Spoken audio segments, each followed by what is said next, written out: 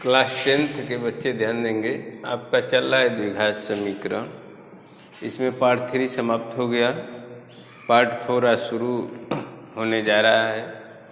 इसमें आपको प्रश्नावली 4.4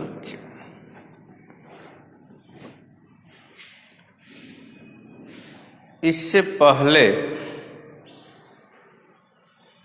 द्विघात समीकरण को हल करने का श्रीधराचार्य सूत्र है। श्रीधराचार्य सूत्र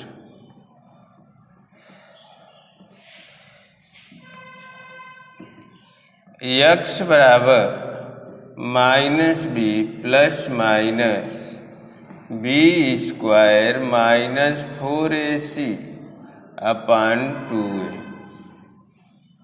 इसको आप पढ़े होंगे। अगर जो लड़के नहीं पढ़े हैं वह जान जाएं, x बराबर -b plus minus b square minus 4ac अपान 2a। इसमें जो है द्विघात समीकरण का व्यापक रूप आप पढ़े होंगे, ax square plus bx plus c बराबर 0। कहने का मतलब ये कि a जो है x स्क्वायर का गुणांक है, b x का गुणांक है और c कोई अचर पद है। तो इस सूत्र की सहायता से आप द्विघात समीकरण को हल कर सकते हैं। इससे पहले आप लोग गुणनखंड विधि पढ़े हैं। गुणनखंड विधि से द्विघात समीकरण हल करना, पूर्ण वर्ग बनाकर द्विघात समीकरण हल करना। अब एक विधि है श्रीधराचार्य सूत्र विधि, इसकी सहायता से भी आप द्विघात समीकरण। इसमें b स्क्वायर माइनस 4ac को विविक्तकर कहा जाता है। विविक्तकर जिसको d से प्रदर्शित करते हैं, d से विविक्तकर d कहते हैं। मूलों की प्रकृति पूछा जाएगा या मूलों का अस्तित्व है कि नहीं। मूलों की प्रकृति यह जो है आपका विविक्तिकर पर निर्भर करेगा। यानी b स्क्वायर पहला है minus 4ac is greater than 0, यानी 0 से बड़ा है विविक्तिकर, तो मूल वास्तविक तथा असमान होंगे। यानी मूलों का अस्तित्व है, असमान होंगे।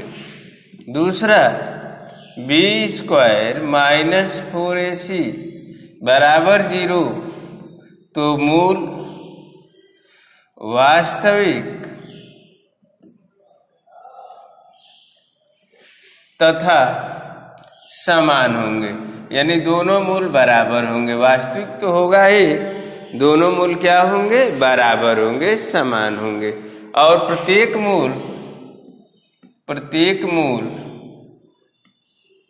-b/2 1 के बराबर होता है। तीसरा मूलों की प्रकृति आपको बताया गया होगा, b square minus 4ac is less than 0, यानी 0 से छोटा है, तो मूल काल्पनिक, वास्तविक नहीं काल्पनिक होंगे। यानी मूलों का अस्तित्व नहीं होगा, केवल कल्पना किया जा सकता है, मगर मूल वास्तविक नहीं होंगे, केवल काल्पनिक होंगे। तो इसी पर आधारित आपकी ये प्रश्नावली है 4.4। जैसे पहला प्रश्न कह रहा है, निम्न द्विघात समीकरण के मूलों की प्रकृति ज्ञात कीजिए। यदि मूलों का अस्तित्व है तो उन्हें ज्ञात कीजिए। यानी पहले का पहला प्रश्न आपको मूलों की प्रकृति ज्ञात करना है। और हमने अभी बताया कि मूलों की प्रकृति ज्ञात करने के लिए सबसे पहले हम विविक्तकर निकालेंगे। डिस्क्रिमिनेंट अंग्रेजी है, अर्थात विविक्तकर हम निकालेंगे सबसे पहले, यानी B square minus 4ac, B square minus 4ac, D बराबर आप लिख सकते हैं डी बराबर बी स्क्वायर माइनस 4ac। अब b का मान जो है दिया हुआ है, प्रश्न में देखेंगे, पहला प्रश्न है 2x square minus 3x plus 5 equal 0। तो ये a होता है, ये b होता है और यह c होता है, यानी b का मान -3 हो जाएगा, a का मान 2 हो जाएगा, c का मान 5 हो जाएगा। -3 का वर्ग प्लस 9, 4 दूनी 8 बचे 40, ये घटाएंगे तो -31। तो विविक्तकर 0 से कम हो गया, यानी d इज लेस देन 0, अतः मूल काल्पनिक होंगे, यही मूलों की प्रकृति है, यानी मूलों का अस्तित्व होगा ही नहीं। दूसरा 3x स्क्वायर, इसका दूसरा प्रश्न है 3x स्क्वायर माइनस 4 कर्ण में 3x प्लस 4 बराबर 0। इसमें भी आप पहले विविक्तकर d का वैल्यू d निकालेंगे। b का मान जो है -4 कर्ण में 3, a का मान 3 है और c का मान 4 है। ऋण का वर्ग प्लस हो जाएगा, 4 कर्ण में 3 का वर्ग करना है तो 4 का वर्ग 16, कर्ण में 3 का वर्ग 3, 16 तिया 48 हो जाएगा और 4 तिया 12 चौक 48, घटाएंगे तो 0। क्योंकि d इक्वल 0 यानी विविक्तकर 0 है, अतः मूल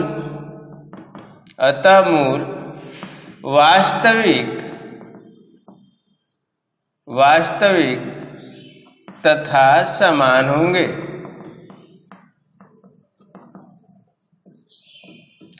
अब जब वास्तविक और समान होंगे तो मूलों का अस्तित्व होगा, और प्रत्येक मूल जब विविक्तकर 0 है तो प्रत्येक मूल, अभी आपको हमने बताया, प्रत्येक मूल -b/2 है,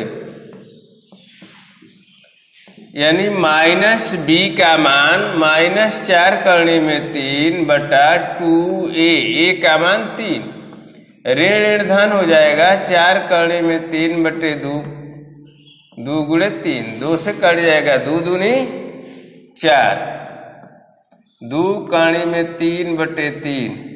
अब कर्ण में 3 से ये भी कट जाएगा, 2 बटे कर्ण में 3, क्योंकि 3 को हम लिख सकते हैं कर्ण में 3 गुणे कर्ण में 3, और 1 कर्ण में 3 से कट जाएगा, 2 बटे कर्ण में 3। तो ये प्रत्येक मूल हो गया 2 बटे कर्ण में 3।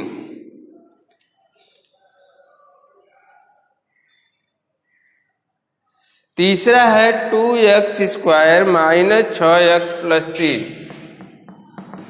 2x square minus 6x plus 3 बराबर 0। इसका भी जांच किया जाए।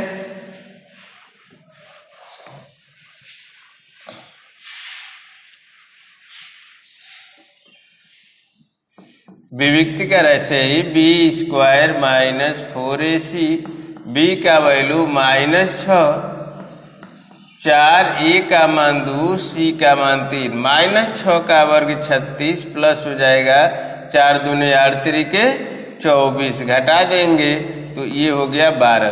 तो विविक्तकर 12 यानी 0 से अधिक आया है, लिखेंगे चूंकि d इज ग्रेटर देन 0, अतः मूल वास्तविक तथा असमान होंगे। अब वास्तविक तथा असमान होंगे और प्रत्येक मूल को निकालना है, तो आप श्रीधराचार्य सूत्र का प्रयोग कर सकते हैं, द्विघाती सूत्र जिसको कहा जाता है, अर्थात x बराबर सूत्र लिखा जाएगा -b प्लस माइनस d, विविक्तकर हम लोग निकाल लिए हैं d/2, ये डी है, डी लिखिए चाहे बी स्क्वायर माइनस 4ac। तो माइनस बी का मान -6 है, -6 प्लस माइनस डी का मान 12/2, ए का मान 2, माइनस माइनस प्लस हो जाएगा, प्लस माइनस करनी में 12 का वर्गमूल 4 गुणे 3, 4 का वर्गमूल 2 हो जाएगा, 3 का निकलेगा नहीं, और 2 दूनी 4। ऊपर आप 2 कॉमन ले सकते हैं, 2 कॉमन ले लेंगे, 3 धन करनी में 3/4, और ये कट जाएगा प्लस माइनस 3 से 2 से कट जाएगा, 2 दूनी 4, तो ये हो गया 3 प्लस माइनस करनी में 3/2। अब एक बार प्लस चिन्ह अलग कर लेंगे और माइनस चिन्ह अलग। 3 प्लस करने में 3/2 लिखेंगे, प्लस चिन्ह लेने पर, तथा x बराबर 3 माइनस करने में 3/2 लिख देंगे माइनस चिन्ह लेने।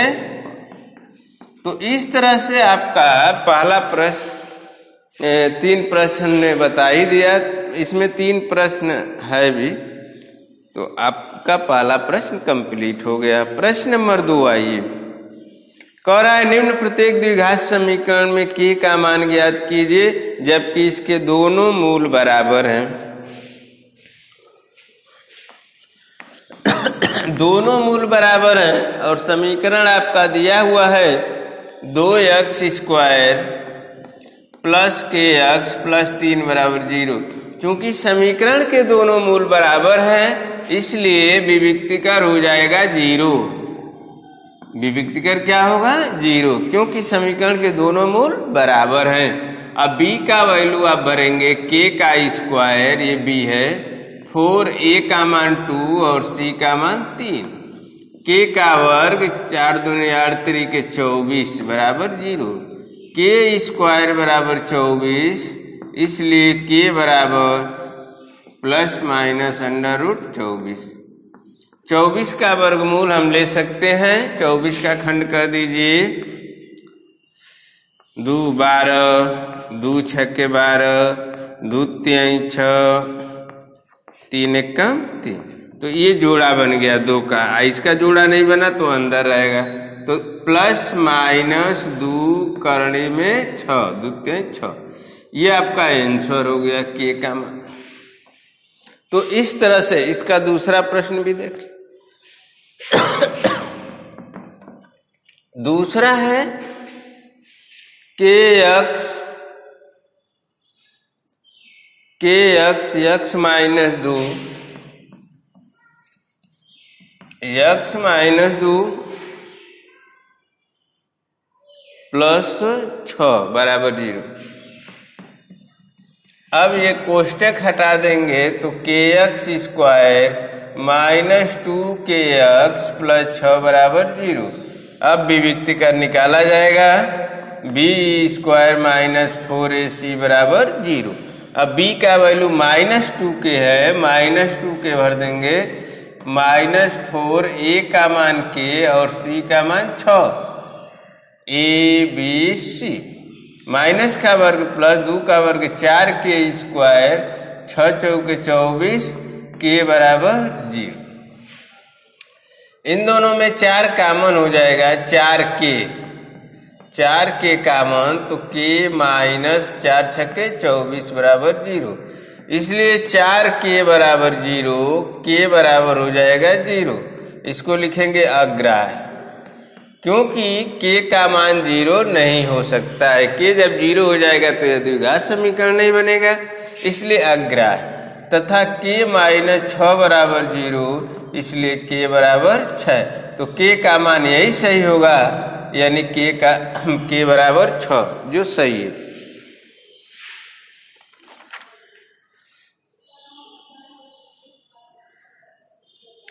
प्रश्न नंबर 3,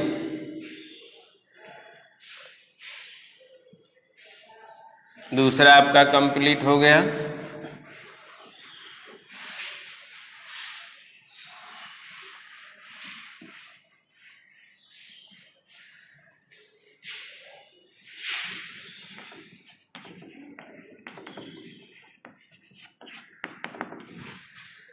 प्रश्न नंबर 3 है, क्या एक ऐसी आम की बगिया बनाना संभव है जिसकी लंबाई चौड़ाई से 2 गुनी है और उसका क्षेत्रफल 800 वर्ग मीटर है?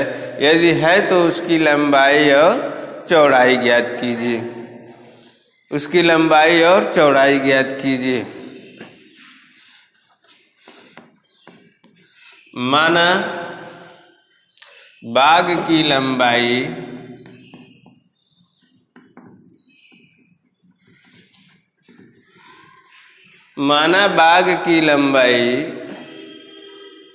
इसमें लंबाई चौड़ाई से 2 गुनी है। लंबाई चौड़ाई से 2 गुनी है अर्थात हम चौड़ाई मानेंगे। माना बाग की चौड़ाई